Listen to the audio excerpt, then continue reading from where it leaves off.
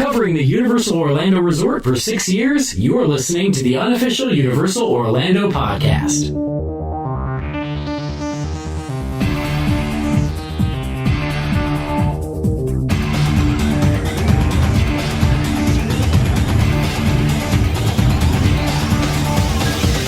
Hello, everybody, and welcome to episode 246 of the unofficial Universal Orlando podcast. My name's Hunter, and with me this week, I, of course, have Lee. Hello, everyone. I have Tracy. Hello, everyone. Tracy, are you with the dragon? I am. He's sat opposite me. He's recording the show. I was going to say, she's a girl. No, she's asleep. Absolutely sound asleep on me at the moment. Fantastic. And where to find them is Yeah. on the UUOP podcast. There's me, the bearded dragon. Speaking of the bearded dragon, what's up, Darren? What's up, Internet? Nice to have you back, buddy. Yeah, nice to be back. This is the first time we've recorded, all four of us, for what seems like a very long time. I don't think it is, but it feels like it. Wow. I think it's been a month. Really? Since we've all been in the same room. Well, virtual room, if you will. I wish we were. Yeah. There you go. We wouldn't have to do all this weird recording this week. No. Yeah. Oh, well. Yeah. Well, it's nice to be back. Nice to have us all back together. So you know what that means. We're going to finish a segment we started about a month ago, which was Walt Disney World versus Universal and the pros and cons of each. So last time we talked about what Walt Disney World does better than the Universal Orlando Resort. So this time we're going to talk about what Universal Orlando does better than Walt Disney World.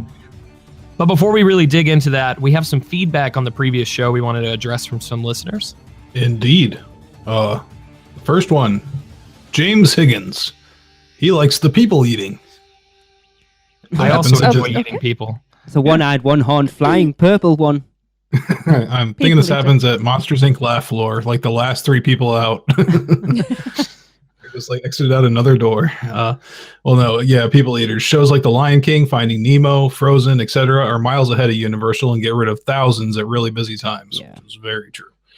Universal have the makeup show and Blues Brothers, but they are not in the same league. Next is a weird one. Fixtures and fittings. Compare things like toilets to see what I mean.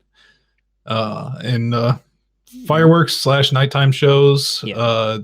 It's incredible how much Universal has closed the gap on quality and feel since our first visit 10 years ago. Plus, Disney will never have Halloween Horror Nights, nor could they ever create it. I don't know. Speaking of, you're going to say that, but the man that sort of made Halloween Horror Nights what it is does actually work for the mouse now. Yeah, but no. I don't think it'll ever fit with Disney's branding. Exactly. I mean, they'll definitely do it internationally because it seems like it's a bit of a boon to them, but they have no reason to do that over here. Not at all. Yeah. No. Yeah. See them put that effort into Star Wars events instead of something like that, for sure. Mm-hmm. Or bring back the Pirates and Princess Nights. People love those, didn't they? No. Yeah. No one actually liked those. Yeah, we had friends who were supposed to do it when they were over there and it got cancelled because no one was doing it. Oh, Meet 27 different Jack Sparrows. And then these folks at Disneyland got it for free, the legit one. That was awesome. Yeah. Mm-hmm. I can't wait for Sigourney Weaver to come out in Pandora next month. Yeah. It's going to be awesome. I want to see Arnold show up in Terminator. That would be Oh, cool. how cool would that be? Hey, let's be honest, right? He might well have done already. Mm. Yeah. How cool would be that be if they just snuck him in to play the actual Terminator in the show but didn't tell anybody?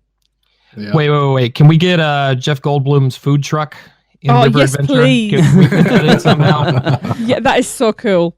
I'm not sure if you guys saw that photo, but Jeff Goldblum, or Chef Goldblum, he's now my sexual orientation. Right. Okay. Okie dokie. Yes, it's, was it a sausage van or something like that he's got? And it was free. The free free. sausage. Awesome. Caliente. Yum, yum. Yeah. Right. Indeed. I've got one here. Hiya UUOP team. Let me start by saying that episode 242 was a great episode.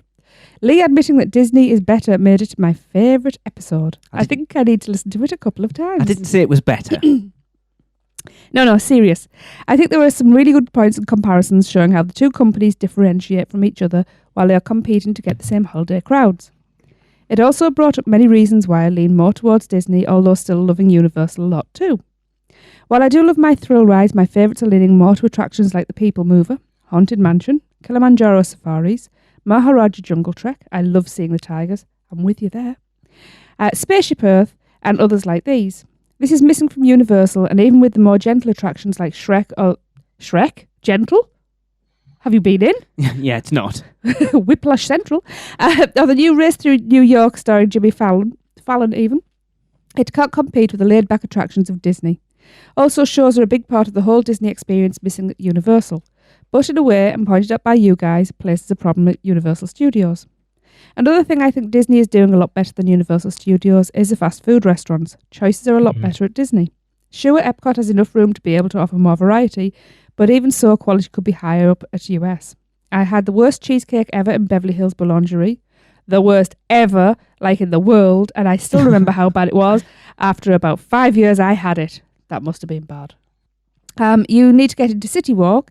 You get some good food, with some exceptions in IOA. Maybe I have been unlucky so far, though, and need to try again on a future trip.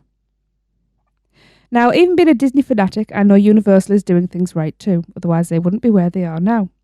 Obviously, that's a good thing for Universal, but also for the parks in the Orlando area, as they all need to keep pushing their boundaries to stay on top. It's because of the constant competition we are getting to see some of the best rides in the world in Orlando. The next episode showing what Universal does better will be interesting too. I think I know where you'll be going with it, but I'm not going to give you any ideas. Good.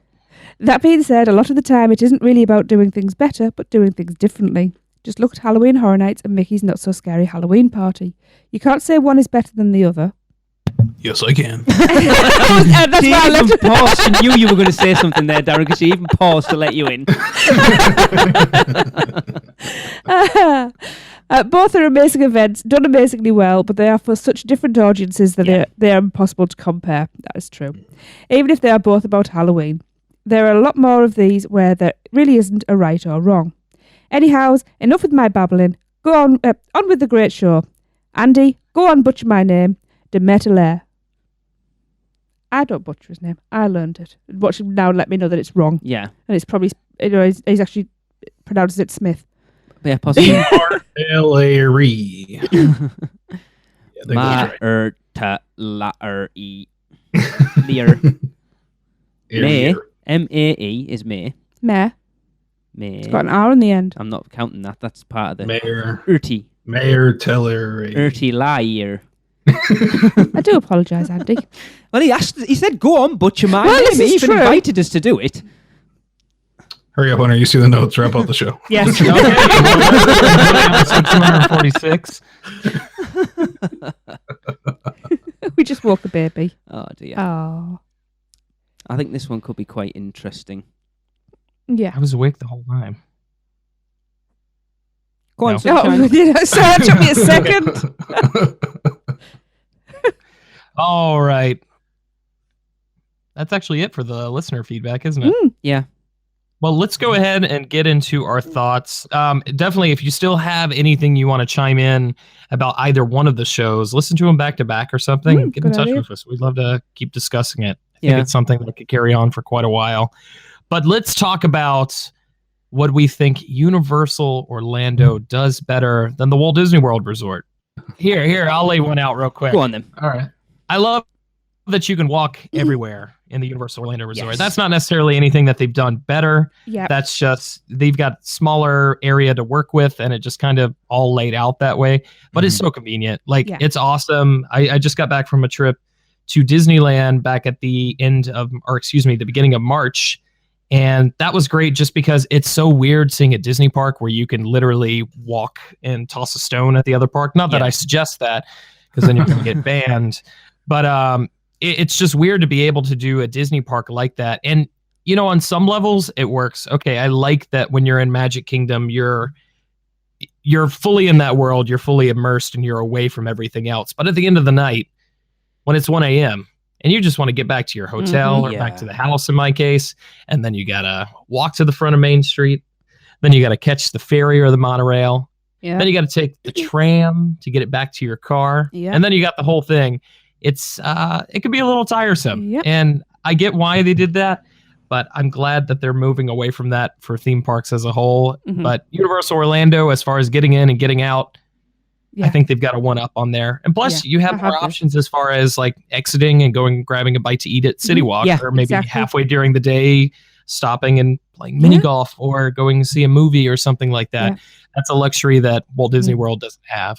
I mean, Darren and I have had this conversation previously. You know, Darren, it was a long time from you when you got your annual pass not that long ago. You know, it'd been a long time since you've been to Disney World. And I think we discussed it at the time that just going to the Magic Kingdom, I'll be honest, I think the last time we went, by the time you get into the park, you're You're done. knackered. I was done.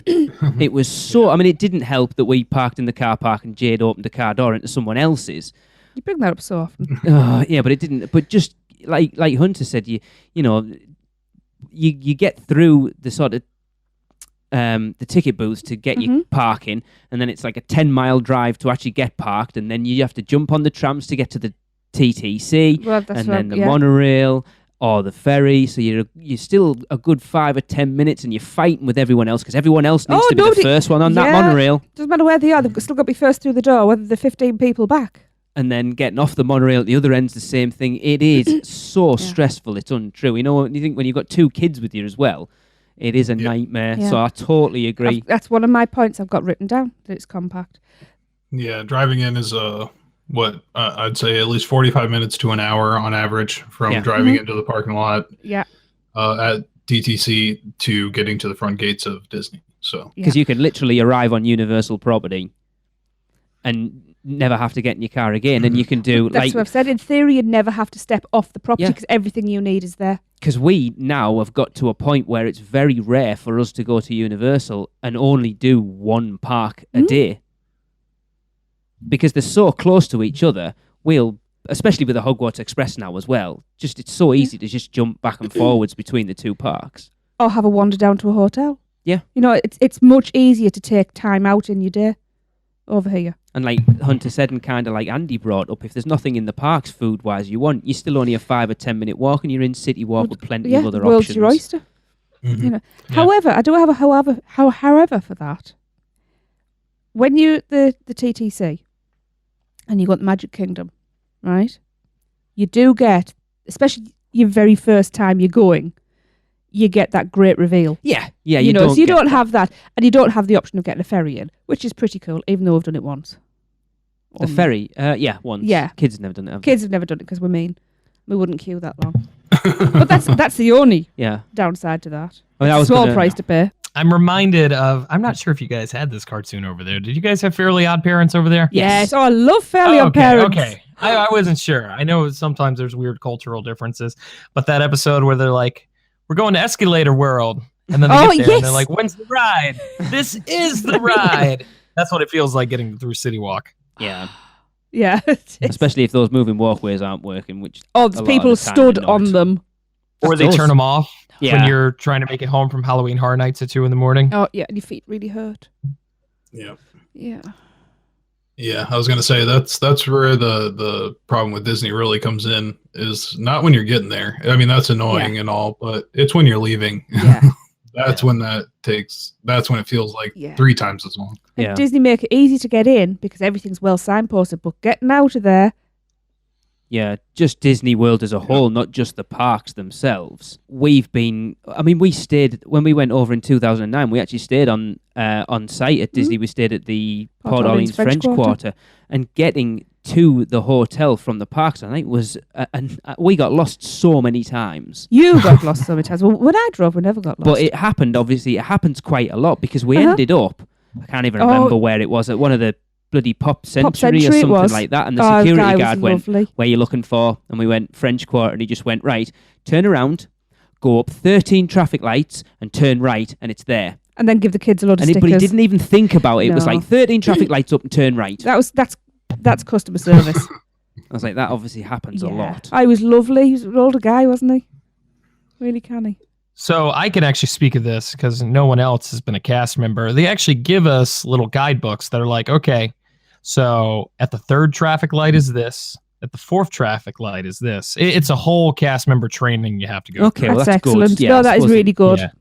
Yeah, I suppose they need I'm being to. sarcastic. I'm sorry. Oh, so they don't. Cultural difference. No, they do not.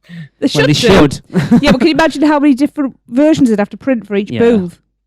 Oh, for sure. Yeah. In fact, I demand that now. I've got one. Lee's going to shout at me now because it's probably on his list. I don't care. I haven't got my original Okay. list. Themed signature drinks. Yeah, I did have that on my list. Yeah, I knew you would. So, Universal has got butterbeer, pumpkin juice, Duff beer, fire whiskey, the Mount Schwarzwälder, Flaming Moor, Mr. Teeny. Mr. Teeny.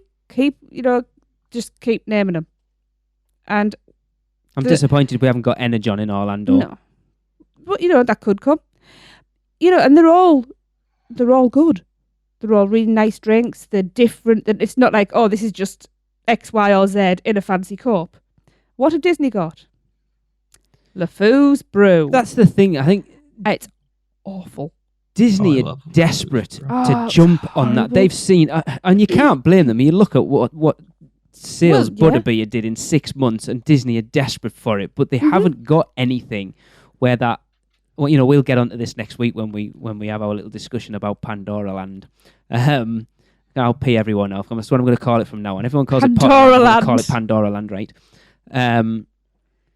Where they're having to manufacture stuff because it's not part of the storyline. not canon, Whereas is it? Universal have the properties where it is ingrained in that franchise. Yeah.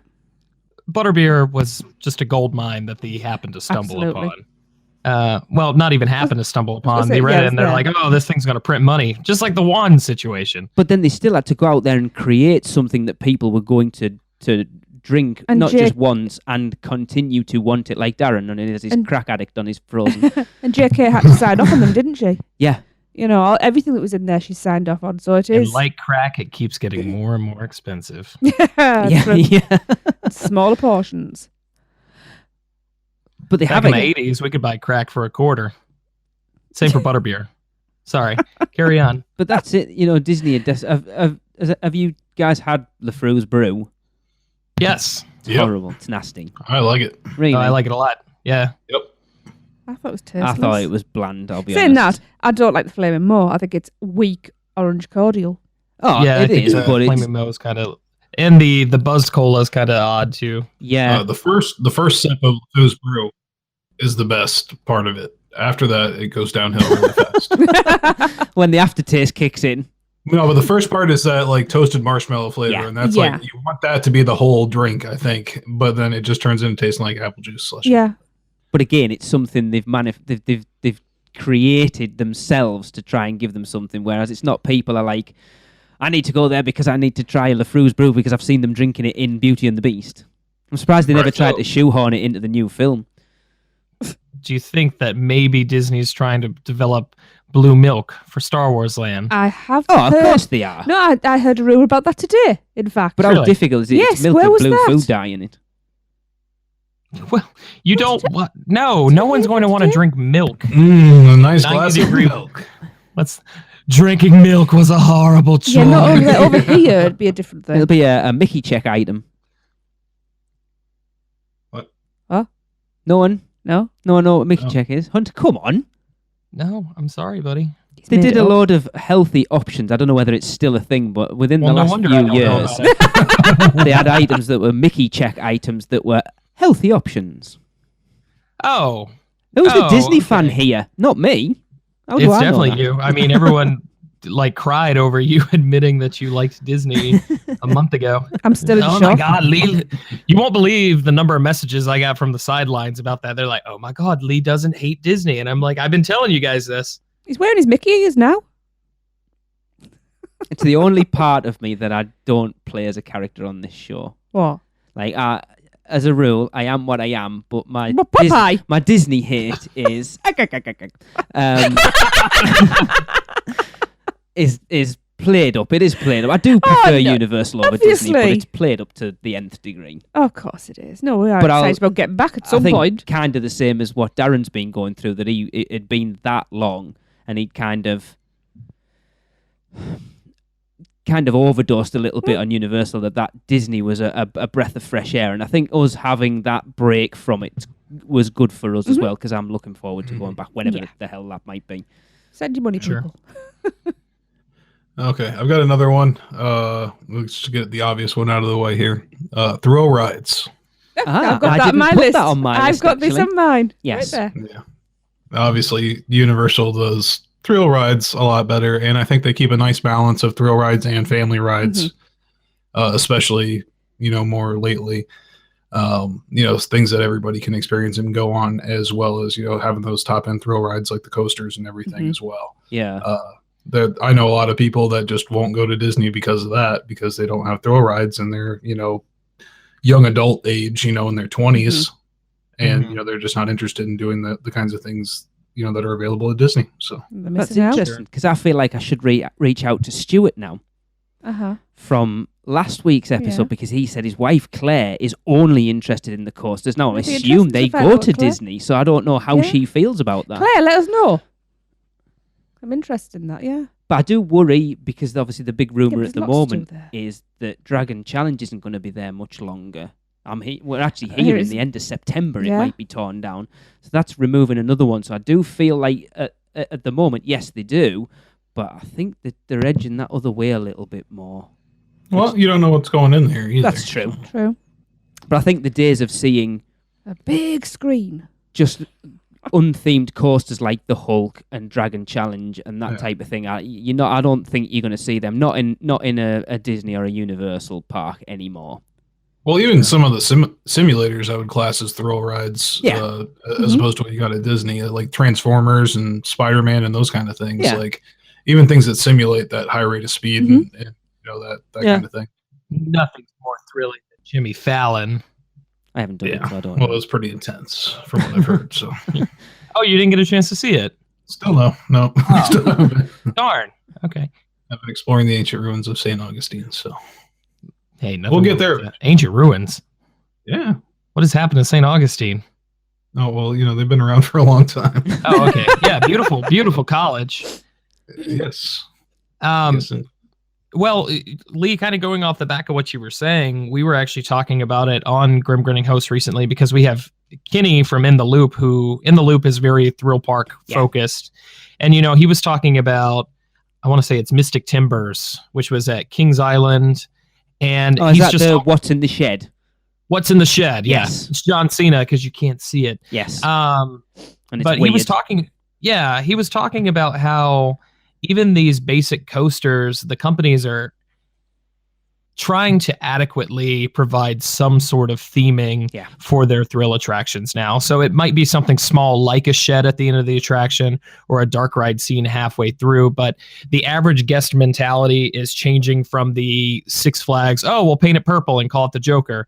Now you're going to have some sort of underlying theming to really grab people's attention. It's similar to because it's something we rode when we went there last year, was it? Last year, 13 at Alton Towers. It's for the majority of it's a basic coaster, but then you go into very similar to Mystic Timbers. You go into like a shed and there's like a little weird scene plays out, and then it's a drop brilliant. track. Mm-hmm. Love it. But then you look at that. I was trying to think what was the last coaster they put in, which was the Smiler, which is just a bog standard. Whoa, it's a whip you around. It is. Your but eyeballs roll around your head. just It's a bog awesome. standard It's basically steel coaster. it's every inversion they could possibly fit onto a coaster. I suppose it has a bit of theming behind it, but I mean, it's still it does. It's still You're just a crazy, and you're going to be crazy when you get off. knock me weird, Yep. more weird. But like, say it would have been so easy for, I believe it's Thorpe that has the Saw attraction where Yes. you actually go through like that dark ride scene before you actually do the roller coaster stuff. It's just enough. You don't have to do the whole roller coaster doesn't have to be something like a Gringotts No. or a Mummy. No. But just a little bit of care and attention to the story you're trying to tell makes a difference. Yeah. Like you look at Everest, for example. Everest tells a complete story. from front to Exactly. back. I and like it. And it's probably the most thrilling ride on Disney property. It's quite in that backwards portion. it's- Spoiler warning for anyone who hasn't ridden it, is quite intense. It's just such a shame about the Yeti. Yeah. But I love the theming of that. I wander around and I could take hundreds, Yeah, millions of it's photographs stunning, there. and It's absolutely gorgeous. From all around the park as Yeah. well. Maybe they should stick the Yeti in a tube and just make him float around. Burn. Oh. That's a pretty cool figure. It I'm is. not like throwing shade. I'm just saying. No. Yeah, no, that is cool. Go on, I'm going to throw the one out there. One of the biggest pains in the ass for going to Disney that I'd never have to do at Universal, and Darren's going to say something here, right, is not having to book, I'm going to say restaurants to start off with, but rides so much now as well. But it's such a, like, how the hell do I know, a lot of the time, A, what park you're going to be in, B, where the hell you're going to want to eat 180 days out? I don't even know what I want for my dinner tomorrow. And also, You if want any pizza. member of your party is going to be ill, you're going to have to reschedule Yeah. things. That really gets to me, especially when you've got kids, because kids can fall ill at the drop of a hat. Where you can walk up to any restaurant at Universal, you might have to wait half an hour, even if it's three. You might have to wait an hour even if it's you've got a booking. 3/4 dear. empty. What was that? Cowfish. We didn't have a booking. Pretty sure we had a No, booking. we didn't, because Darren we went up and they went, oh, sorry, it'll Oh, be a that's half right. hour wait, and Darren It gave was his a cell wait, there was phone number, and there was nobody. nobody in there. Nobody there, but we had to wait. But I've heard that from a few, but Craig Lucas, he said, like, when they went, I think it was last year for Horror Nights, nearly every restaurant they went to, they were told it was a half hour wait, and none of them were full. It just seems to be a standard thing, which is weird. Odd. And just kind of piggybacking off the top of that real quick, I don't think it deserves its own like section, but I think at Universal you were getting a better value for the food as far as the quality of the food versus the price you pay. Yes. I do think there's more options at Disney, and there's more that can appeal to different tastes. And arguably, maybe the food's a little bit better in some cases. But as far as, say, getting something like Mythos versus a similar sit-down restaurant, let's just say something like Skipper Canteen, which is double or even, well, let's just say double the price. It's noticeable, especially if you're on vacation and you're sticking on a little bit of a budget. I think, I totally agree with that. I think when we went in 2013 was probably the biggest eye-opener for us for the split between the two, because obviously we had the kids and we did Universal, Disney and SeaWorld that trip. And I don't think for a sit-down meal, and we did, Restaurant Marrakesh, we did 50s Prime Time, Liberty Tree Tavern, which was lovely. Probably a few others, but we didn't pay less than about $120 for any meal. Well, we cancelled a couple because we just looked at what you got for the money and we couldn't justify well, it. Look at Cinderella's Royal Table. I was going to, because I knew Jade would enjoy that, we were going to do Cinderella's Royal Table, and it was going to work out at something like $200 for the four of us. Yeah. It's like, no way. But putting that into perspective, Darren, the day we met up with you in Islands of Adventure was the day before the first meet. Me, you, Tracy, the kids, and Eric, we went to Mythos, which is what Hunter's just mentioned there. And all right, we had Eric's annual pass discount, which was 20%, I think, at the time. But even for 6 of us, it came in under $100. Yeah. With a couple of drinks on there, too. Yeah. Me and I'm Tracy, glad, I think. I was going to say, I'm glad you got a couple of drinks. No, Still 'cause waiting Darren on was that drinking refill. Yingling, wasn't he? Yeah, Yeah. Yeah. still waiting on my refill. Well, we go back. I dare you. When we go back, to just walk in and go, I'd like a refill Coke, please. And I'm not paying for it because it's the refill you owe me from 2013. Yeah. Waiting a long time for this. That'll be funny. Cogs are now. But yeah, I've said Taking that. I over. think Disney, and everyone seems to have this real rose-tinted view of Disney food, and it's good, but it's not amazing. But I'm not saying Universal is either. We have had It's some theme amazing park meals, food. but we've also gone back to places because we've had amazing meals and they have not been good. Restaurant Marrakesh was not good the second I was time. disappointed with that. Yeah, I only had like one really good go-to. I mean, out of a year of eating at different places at Disney, the macaroni and cheese at the Friar's Nook. That is like the only like consistently good thing that you can get. Of course, I've had some good stuff at like Food and Wine Festival and that kind of thing. But you know, places that are there consistently, like everything, all the other food there is very mediocre. I think, Although I would like to go back to La Salia.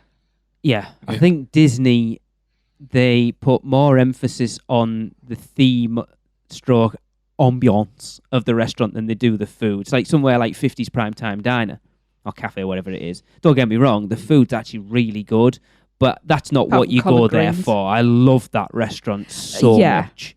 You've got to play up. You've got to be naughty kid in there. Yeah, that's something I feel. I know that's not what we're talking about, but that's something I wish I brought that up now. Actually, on the last show, that's something Universal need. They need restaurants that have eating. Yeah, they've kind of done it a little bit with wrong. Toothsome, with Penelope and Jacques, but I want to see more of that. Yeah. That experience. It's kind of like dinner theatre, isn't it? Experiential dining rather than experiential. There you go. New word. But still, that's what you love about going to Disney, like stuff like we haven't been, but somewhere I'm desperate to get to is Sci-Fi Diner. And I think Darren's kind of mentioned it a few times before that Mel's could be so much more. Oh yeah. They serve good coffee though. I discovered. Yeah, but it could be. You look at the theme of it. They could. Even burgers are mediocre. Like on girls on roller skates and stuff. Just I don't know, but they could do so much more. Have cars parked outside with the trays on the side. You sit and sit out there. It doesn't take much, and it just makes it a little bit more special. I think so. It's a minor thing, but I think it plays a big part into the average guest experience. Maybe not even minor. Might be more important than I'm giving it credit for. Actually, I know it's more important than I gave it credit for. And that is the queue experience. I think Universal has consistently knocked it out of the park with their queue experiences in the last couple of years. Yeah, I've got that on my list. Oh, you do? Okay. So now I don't feel as weird for... Yeah, they make it fun to stand in line, don't they? Because with Disney, there's always an exception to every rule. Of course there is, because they did that. Right, I'm derailed. They did it on purpose to make all the other queues look better. Sure. But yeah, every attraction is going to have switchbacks for the most part that you're going to wait in. But what Universal has done really well as far as like their interior queues has been really exceptional the last couple of years. I really like the first Despicable Me movie. I can't say much for the rest of the franchise, but Minion Mayhem has a really cool queue, and it has a great interactive section and a pretty funny little pre-show video. Yeah. Gringotts, I'm not a huge fan of the ride, but the queue is so visually impressive, especially that main atrium. You have Kong, where arguably the highlight of the entire experience is the queue. Forbidden Journey really just kind of revolutionized it in general. So I think as far as their queue experience, Universal has been top notch. And it's not to say that Disney has done bad queues, but because a lot of the Disney attractions tend to be older, there's not that level of interactivity that we're going to get it. Like we're going to talk about Pandora and stuff next week, maybe. Yeah. But Universal has just had a leg up with all their new attractions. They put a lot of thought into the guest waiting experience. I don't know. I think I might disagree with you on that. Really? Yeah, definitely. With the multitude of different experiences Disney has in the queues, it's kind of crazy. Dumbo, they give you pagers so your kids can play in the playground while you virtual thing, which I think is pretty amazing. Toy Story is not there right now, but the Mr. Potato Head that was kind of semi-interactive there, or I think so. Yeah, but other than that queue is horrendous. I mean, there's a lot of cool nostalgic toys and stuff. Like I never had a bad time in it. Yeah, but so say for instance, like the Potato Head, the comparison I'm going to use is you have a similar effect almost with like the portraits of the goblins in the Harry Potter attractions. And there's more to look at in those actual rooms than there is in Midway Mania. I see what you're saying. Right. Well, yeah, I'm saying one experience or another, but I mean, I can pull out some real stinkers at Universal too. You want to sit in Terminator 2 3D for any? No, for sure. Shrek, and what you said, Despicable Me. The inside of the portion of the queue is great. Yeah. The outside is a terrible, terrible place to be. Rip Ride Rocket. I mean, I can go on and on with really bad queues at Universal as well. But I mean, for the most part, I actually, thought the opposite when we got our annual passes at Disney. I thought they were really knocking it out. The things that they do with, Little Mermaid, in that queue as well with the interactive stuff with the crab, the crab, and I think that they've experimented with a lot of different things there, and even small things like the games while you wait in line for Space Mountain. Yes. little things like that they've done, I think really make a difference in your waits. But it is not to say that they have some bad ones too, because sitting and waiting for the Indiana Jones show is probably the worst thing I've ever done in my life. And I waited 6 hours to get a Switch when that came out outside of Best Buy. So I think to put it into perspective, Tracy, I know you were going to bring one up there first, weren't you? I was going to say, going on what Darren's saying, Expedition Everest. I love the queue of that because you're learning. You're getting the story, but you are learning facts as well because this is all based on stuff that's been found. Maybe some of it's been amped up a bit. Yeah, but that's one of the queues that I do. Yeah, I actually find I'm traveling too fast through that queue. Mm-hmm. Sure. So I'm missing stuff. And I really mentioned my favorite queue of all time. Yeah, forgot about that one. Wait, like the interactive queue? Well, the interactive queue, and I mean, if you consider the queue all the way up till you get on the attraction, then the pre-show, with the stretching portraits and everything like that, that's all included as well. I'll buy what you're selling there. I'm not a huge fan of the interactive queue. No, the only reason I was asking. Yeah. I think to put it into perspective, kind of the reason I put it in here, I think if you look at what Universal are doing, say the past 6 or 7 years compared to what Disney are doing, I think every queue that Universal have done since 2010, new ride queue. So I'm not gonna throw Dragon Challenge in because I think that's awful. But like Forbidden Journey, Simpsons? Gringotts, That's a good queue actually. Skull Island, Fallon, even throw Fallon in there. I think if you look at all the new attractions that they've built, the queues, I think they've knocked them all out of the park. Whereas Disney it's hit and miss. For every good one they do, they'll do a. I'd like to add an older ride into that because one of the most amazing queues, Men in Black. All right, I wasn't going to say that. I was actually going to bring up E.T., which was a themed outside queue. portion is just concrete but again. The inside, but that's the wait. I don't class that as a queue. I class that as the waiting area to get into. Yeah, the but queue. that's where I need to be entertained. I'm bored, and I'm just watch Barney. an adult. But you've got to consider that opened in 1990 when themed queues weren't a thing. They can't add anything now. Well, that's true. Yeah, I don't think they care about it though, do they? Sorry, Amanda. Possibly true. Yeah, I think one person. Yeah, one Some guy of us keeping don't that either. alive. Yeah. Justin. Yeah. You know what they really need to do? They need to revamp Stormforce Accelatron. They need to with make an it interactive faster. queue. That doesn't even have a queue.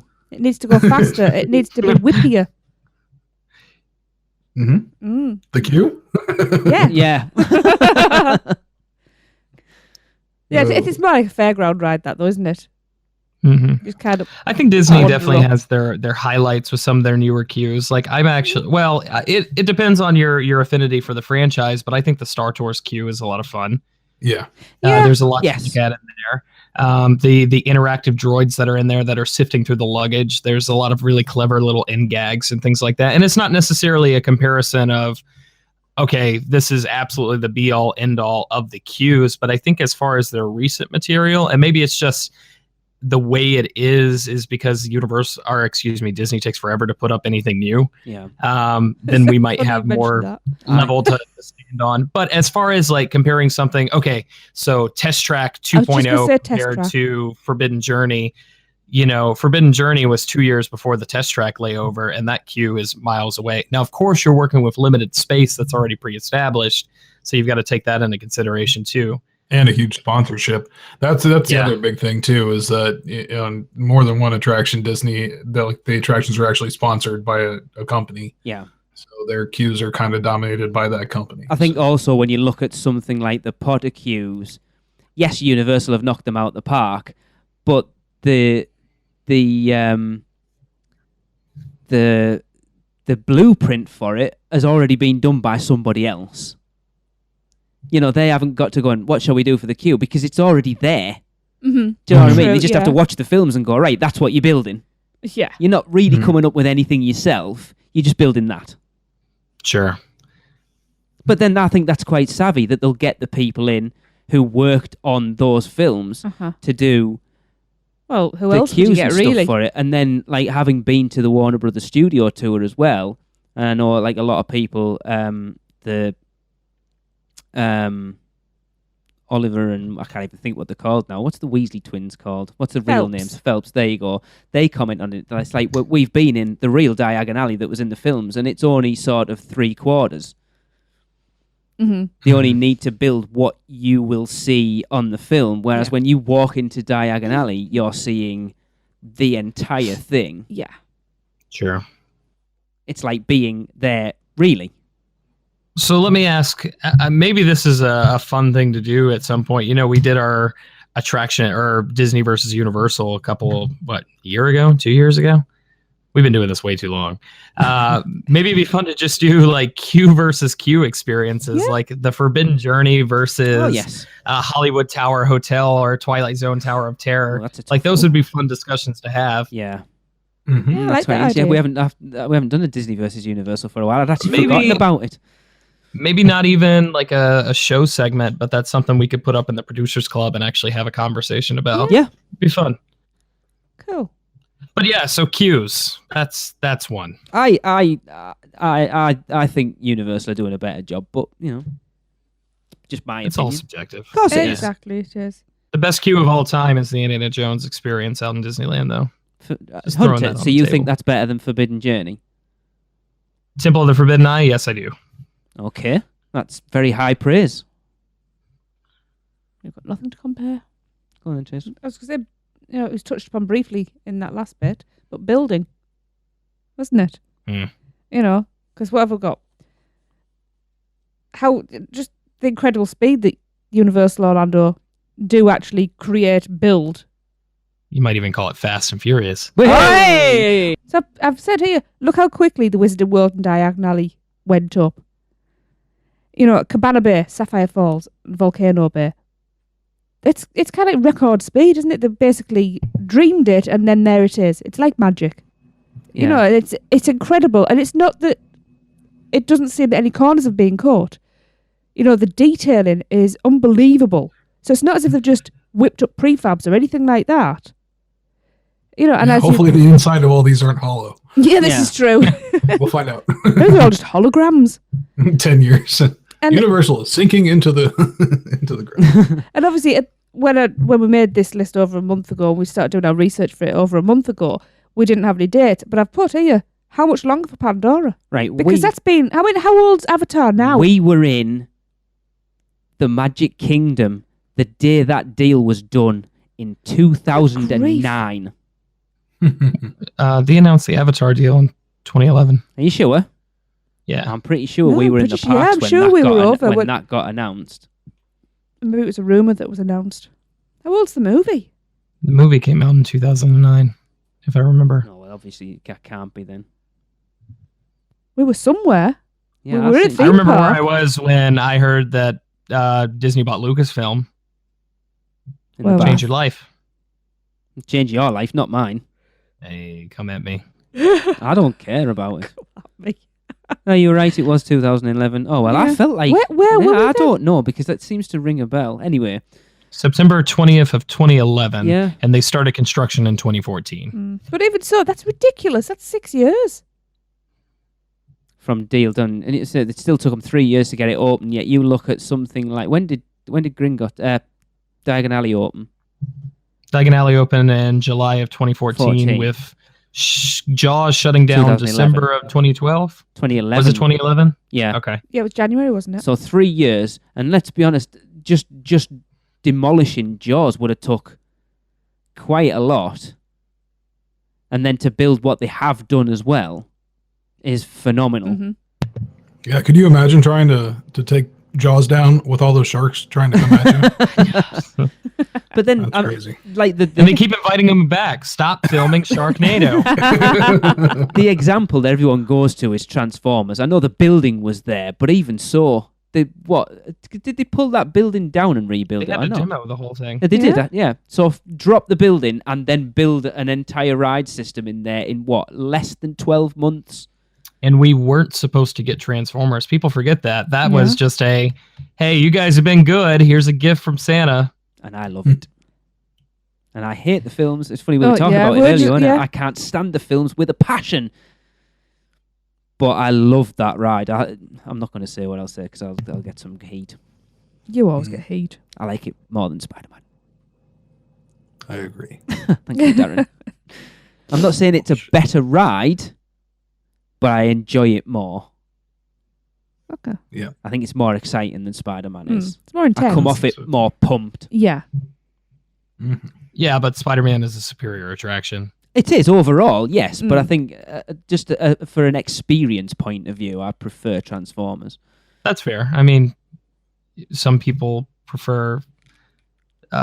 Yeah, never mind. Carry on. I was gonna say Dinosaur versus Indiana Jones, but no, actually, no one prefers Dinosaur to Indiana Jones. No, Spider-Man has 0 plastic barrels, so I don't even know where you're coming from with that. Transformers doesn't even have a big statue of Lady Liberty in their attraction. Yeah. Or really bad puns. it does have a Megatron at the end. Yeah, but all Mega it what? does is its lights turn off. Well, that's all right. You ever look at Optimus Prime's teeth? No. It'll freak you out. Oh, Next yeah, time you're the there, gra- the they're geese- Optimus Prime. The gears that Oh, are yes, around, yeah. yes. He's got all kinds of stuff going on in Yeah. there. It doesn't You even ever eat. seen like a whale? It's like A whale- Beetlejuice. Yeah, Yeah, it's horrifying. It'll change your life. I'm going to Yeah. throw a controversial one out, and this is purely on my experience. It's obviously been a long time since we've been. Do to not Disney. have It's my been last 4 one. years, but I think.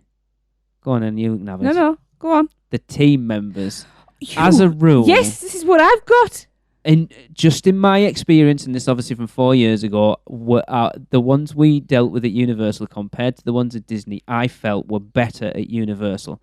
Because I think very much now, and Hunter, I don't know whether you'll agree having worked there, but I think the tide has turned more, where it always used to be that Disney was the place that It was people wanted exemplary to service. work. No, it was that place where Oh, yeah. it's my dream to work at Yeah, Walt work for Disney Disney. World. And I think that tide has turned now where because of Harry Potter, that's where people want to work in the Orlando area now. Mm-hmm. See, I've said to you. Apparently, no one. Stunned I silence. don't know what you're saying. I had sunshine out of my ass. Right, every single exactly. day. Yeah, but I was There saying. was this one kid, Hunter, I heard, he was brilliant. Yeah. This Exception weird to every internet rule. boy. But yeah, We've been surprised quite a few times, in that year that we had the Disney Pass. What I remembered as a kid, Disney was not the same thing anymore. Yeah. Like even as far as it's not a huge deal, but it's just kind of weird to see Disney, like the cast members at the rides and attractions having personal conversations with each other, Yes. Yeah. like with an earshot of the guests and everything. But I've seen that at Universal as well. I think our biggest complaint was when we were in Borgin and Burke's the last time we were there, I and was they were furious. pretty poor, I must admit. yeah. But what I've put about is I've put Disney used to be renowned for its customer service, but Universal have stolen their crown. And I mean, it was 2013 we were last in Disney. Yes. Yeah, and there was more than a handful of times that we were less than impressed by attitudes from the cast members. I know sometimes people can't help you, but when you're paid to be an assistant to park guests, if you can't help, you say, "I can't help you, but let's find somebody who can." Well, talk to Hunter. Hunter, is that true? In any sound. job, if you are paid in customer services, do you know what? Just even as a good human being, if somebody asks you for help and you can't, at least try and help them find somebody that can help them. Yeah. If that makes sense. But the amount of times that we got shrugged off or ignored, that is not Disney. No. No, it's You know, very different. that was very rude, and I'll be honest, I pulled a few people up over it because I don't take crap anymore like that. I paid a lot of money to get in there. I don't expect to either be ignored or be given dirty looks. I'm not saying it doesn't happen in Universal. Of course, but it used to be like Disney. But you expect it in a non-Disney park. You would get the odd one Yeah. because you're always going to get the exception that proves the rule. So you go to Disney and 99% of the cast members would be fantastic, amazing. In fact, I mean, we've gone to City Hall and left feedback Many times. and not for like major things, just for tiny little things. But the last time we went, I mean, we were getting really, the one that sticks in my mind, some really dirty looks off a custodian for filling plastic bottles up with waters out of the Drinking out of the fountains. drinking fountains, just because we were trying to save a bit of money. You don't get dirty looks for drinking out of the drinking fountains. Hmm. You know. I've never had that. I don't know. It's a tough one overall, but I just... and I know it's person by person. Yeah.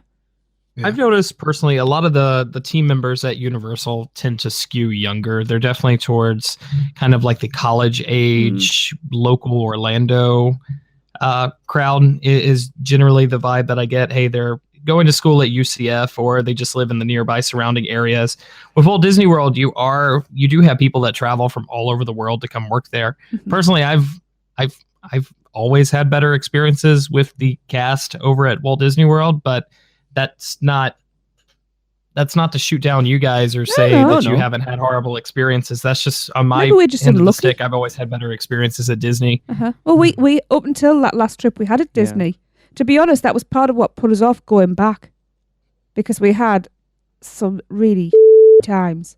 I think if you look as well, just taking one time of year into an example, the Halloween Horror Nights, you get people who obviously love working at Halloween Horror Nights so much that they will go, and that is a hard job. You know, we all know team members who work Halloween Horror Nights, and that is not an easy job, and they don't really get well paid for it, yet they do it for the love of it, and that, for me, speaks volumes.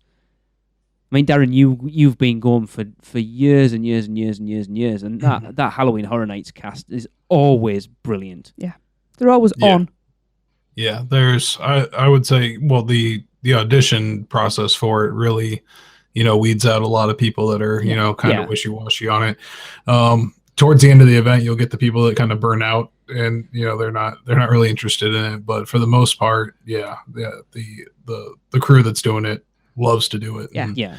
It definitely shows. You're always going to get those ones that I want to do it this year, not realizing how hard it is, and by the end of it, I'm sure you're knackered. I know I'm talking to a few HHN team members that we know. The event might not start till 6 o'clock, but they're in at 2:30 getting ready, and then that shift, they could be there till 2-3 o'clock in the morning, easily. In really hot, sweaty, nasty conditions, doing the same thing over and over again. With a public that are more or less getting drunker and drunker as the hours pass. Yeah, and threatening them and doing all kinds of fun things. Yeah. Well, look at I was going to mention the year before last was somebody getting Carrie booted in the face. No, I wasn't actually. That's not what I was going to go. It was that in one as well. Was it in the Purge house? Oh yeah. Yeah. Someone got kicked in the face, didn't they? Because the team member grabbed hold of him and dragged him out, and he got carted off by the security. But the Carrie was getting. I don't know exactly what happened, but the word sexually abused were used. So yeah. But people. We've had great experiences, with cast on both sides, for sure too. It's just that Disney once had like a insanely high standard for the people that work there, and how they interacted in front of the general public, and that is laxed a lot. And I'm not saying that they are overall. I think they are better than the team members at Universal. But I'm just saying the standard of them has dropped so much, since I was a kid. Well, the pride isn't in with some exceptions, the pride is not in the management team that used to be there at Disney, I think. With Disney, it was almost like this cornerstone of, American traditions in a weird way. But I think too many people go into Disney and even Universal now as, this is just a job instead of this big cultural thing. And maybe that's instilling way too much self-importance from myself into these roles. But when you have your cast or someone like myself who's very in touch with kind of like Disney spirit and kind of the traditions and everything like that, and your management does not allow you to express that because they're so focused on crunching the numbers instead, it's easy to just have the soul sucked out of you. Yeah. See, I'm wondering, definitely understandable. I'm wondering now if it's more because going on, as was it Darren, you said about Disney, we were renowned for this high standard of the of the cast members. And it's obviously the majority of their visitors are first-time visitors. So they don't have anything to compare. So we're complaining because we're repeat offenders. Because you've seen it when it was at its yeah, at well, its near, not peak, not at its but peak, yeah, but when when it was still good. at a very high standard. And what I'm actually wondering now while we're talking is, has Universal got better? Or is Universal just exactly the same? It's just because there's been this decline in Disney that we're actually thinking that Universal's better. I'm not sure now. I think so. I think there's a lot of pride as far as like the people that I know that work in a place like Diagon Alley or Hogsmeade. They are big Potter fans and they're happy to be working there. Meanwhile, if you're in more of a generic role, so say for instance, like if you're just a hot dog vendor on Main Street, while that is in a weird way an iconic role, you don't have that brand attachment or that affiliation. So for instance, if you get someone like me or my best friend Pete to work out in Star Wars land, you best believe we're going to bring our A game every single day. Yeah, and that is one thing that you see at Disney a lot too, is like when we were waiting, for the Chewbacca meet and greet, the lady that was, coordinating the whole thing was sitting out by the front door, asking how many are in the party and everything. Knew every single thing that you could possibly ask her about Star Wars, and she was just asking everybody in line to quiz her as they walked by, and she knew everything. She could speak the language. She was translating names. She was doing all these incredible things. And you do see that a lot more at Disney at the few select attractions, and some of the hosts you see at Haunted Mansion that really take it up the extra notch. Yeah. Or the bellhops over at Tower. Yeah. Yeah.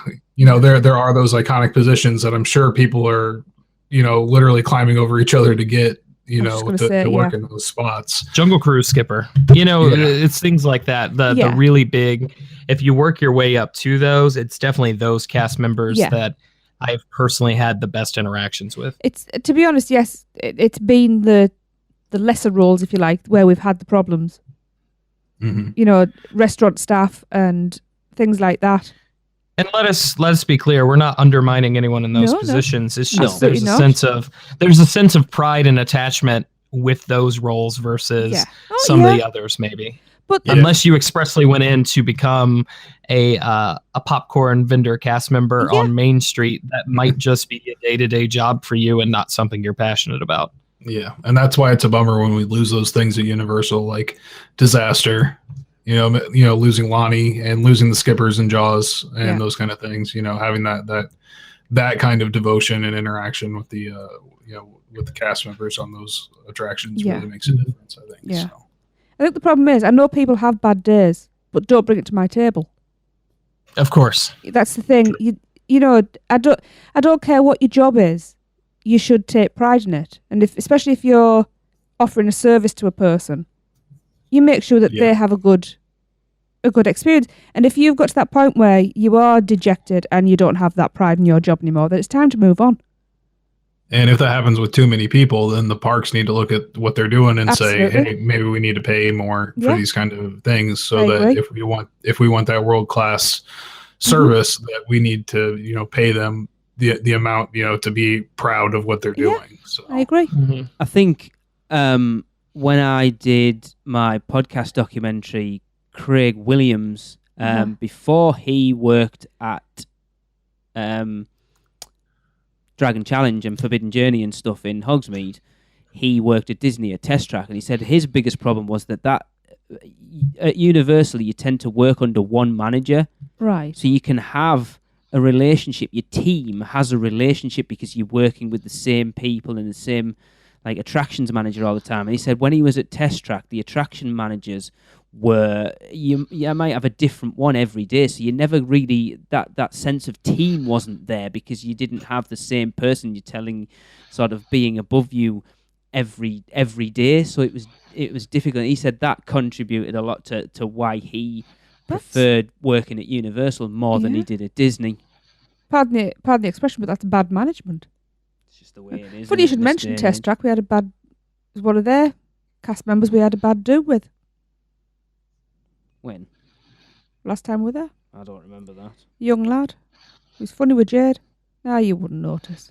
Well, I think that's a pretty good spot, unless you guys had like some rapid fire or lightning round stuff you wanted to toss out. No. No, Nothing off the top of I was going to say I wondered how parades compared. Yeah, no, but people automatically say Disney, don't they? Yeah, because Universal only got. No, but Macy's. Look at Macy's parade. That is spectacular. It is. Mm-hmm. I wish they'd bring back the Halloween Horror Nights parade. Oh yeah, getting beads and candy. Because I love. I watched a lot of the Mardi Gras stuff this year, videos, and they have a tree, don't they? Is it somewhere near the moving walkways on the way out where people throw the beads in the night, and by the end of Mardi Gras, that tree's covered in beads. It looks awesome. Yeah. It's still there. It's a tradition. Oh, it's so cool. Mm-hmm. And just speaking about the parades real quick, I don't have anything to say on that because I think Disney's parades are much better. But the Secret Life of Pets float is really cute. Oh. It's really, really cute. 1,000 times better than the movie itself. Yes, significantly so. Honestly, it really is. One of the... Did you like Toy Story, Tracy? Yes. Would you like it with 100% less soul? No. You probably won't like Secret Life of Pets. Okay. All right. Well, that's going to... I think that's a good place for us to end with our hatred of cute, furry little creatures. Yeah. So, seriously, though, thank you so much for listening to another episode of the Unofficial Universal Orlando podcast. Come interact with us on Twitter. Follow all of us. I got to boost my Twitter count. It'll be fun. Listen to me say more controversial things. Seriously, though, thank you all so much for listening. And once again, if you have any contributions to the topic, please send them in. I'm super interested about this and what you guys think, because your voices are just as valid as ours are. Absolutely, we just have a microphone. Yeah, that's the difference. Yeah. Was it podcast at UUOpodcast.com? Yeah. Been a while since we've actually read that out, isn't it? Mm. So I remember people. Literally, your phone has a microphone. Hit us up. Record us a 24-minute long message. It'll be great. But we'll see you next week, and thanks for listening. Bye. That's it for another Unofficial Universal Orlando podcast. Make sure you never miss a show by subscribing on iTunes, and while you're there, please leave us a rating and a review. Listen to us on Stitcher, Google Play, and all your podcast apps. Email us with any questions or comments to podcast@uuopodcast.com, or even better, record your message at speakpipe.com/uuopodcast. Follow us on Facebook, Twitter, Instagram, YouTube, and Pinterest, keyword UUO Podcast. Check out our blog for even more content at uuopodcast.com. Well, that's a wrap. See you next week.